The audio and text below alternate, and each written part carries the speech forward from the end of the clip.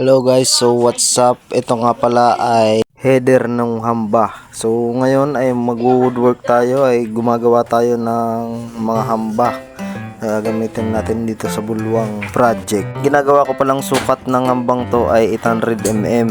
So para yan sa mga room door at dun sa exit door.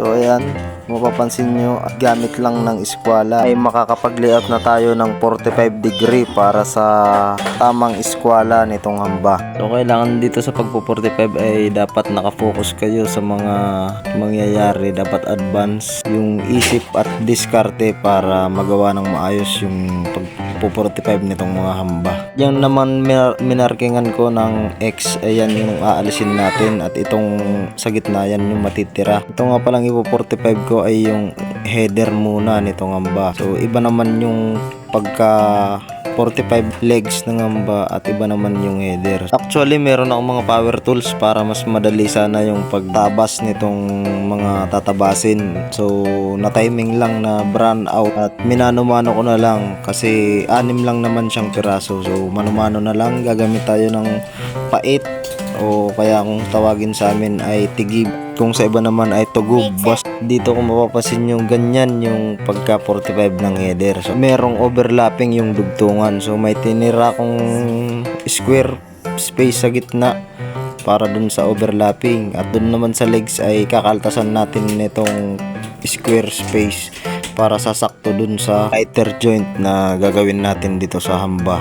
At dito sinisimulan ko na rin i-45 yung dalawang legs. So yan, nililayoutan ko na nitong eskwala kung saan ako magkakat. So ginagaydan ko na yan ng eskwala para ma-perfect natin yung tamang alignment. Isa pang tip sa paglalagari ng mga ganitong finishing work, dapat yung mga guhit ng lapis nyo ay wag nyong tatamaan ng lagari, o bilang siya na yung guide na dapat hindi makaltasan ng lagari.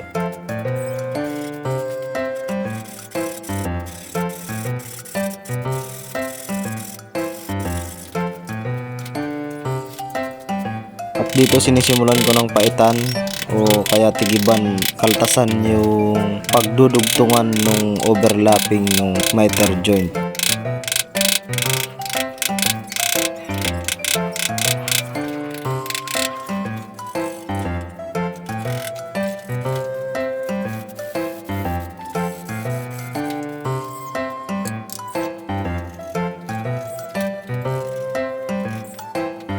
At dito mag-start na ako mag-assemble ng hamba. So nilalagyan natin yan ng thick wheel para maganda yung kapit ng miter joint nitong hamba.